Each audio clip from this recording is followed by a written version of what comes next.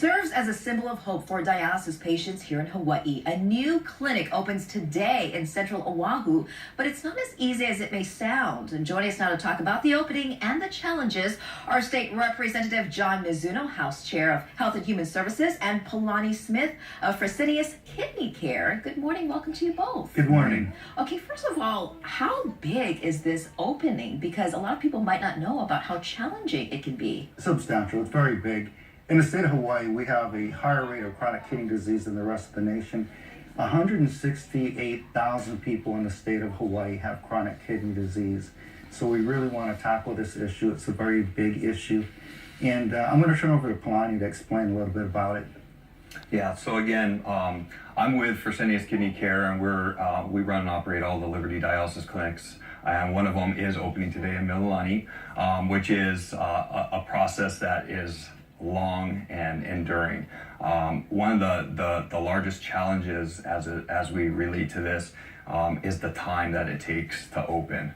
But even more importantly is the patients. And with, as John alluded to, a larger incidence rates, 168,000 patients currently have chronic kidney disease, and 2 times the rate for ESRD, which are the patients that we treat. We need to get dialysis clinics opened faster. And how long does it take to open a clinic, and what happens if it doesn't open in a timely manner? Good question. I think, should we both answer it? Sure. Kalani's the expert. He knows. It's one clinic took 3 years, and this is after it was constructed, equipment ready to go, and it's unfortunate. It's almost unconscionable that it would take government 3 years to open up, do the process and certification, and open up a clinic like that. Just 3 years waiting, ready to go. Wow. So this is something that we have to definitely address. And I'm not picking on the state, the Department of Health, nor the governor. It's just something that we need to dialogue with them and see if they can jump on board. It's a 2-part process. The state jumps in and does the initial certification review.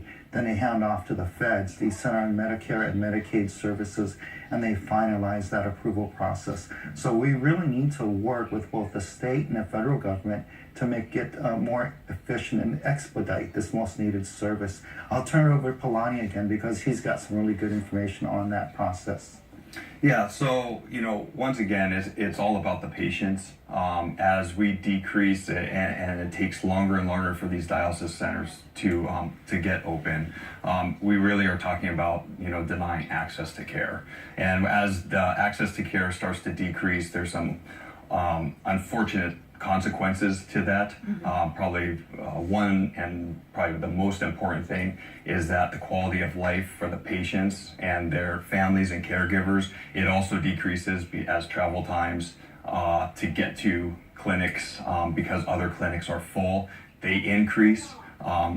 Another unintended consequence that you start to see is actually that more and more patients start ending up in the hospitals and looking to the ED for their services, and that is already an extremely strained system. So it's all about trying to increase the timetable to get these clinics opened, so that we can increase the quality of life for patients. I know you talked about increasing the timetable, and Representative Mizuno, you talked about working together. Anything else that can be done as a solution to get these clinics opening faster? Absolutely. The short-term solution is to ask the federal government and state to expedite the opening of these clinics. They're already built and ready to go. We just need them to review and certify. The second concern would be, the long-term solution would be to have in place a system where they can have a streamlined, efficient process. Right now, the federal government looks at certifying dialysis clinics as a lower priority. So we need to work with the state and tell the federal government that for Hawaii, because we're one of the highest chronic kidney disease per capita in the state, in the nation, we need to change that process. We need to get exempt from that lower tier process so they can review it and make it a priority.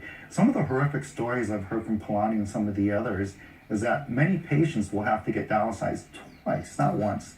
They'll go in at 10, they close at 12 midnight, and many of them will have to come back the next day and go from 8 to 10, 8 to 11, and that's not right. And some of the others, as Palani had mentioned, will actually have to be forced to go to the ER because they can't get dialysis treatment. And that costs 4 times as much. So I think if we just have dialysis services ready and available for our clients, it'll be great.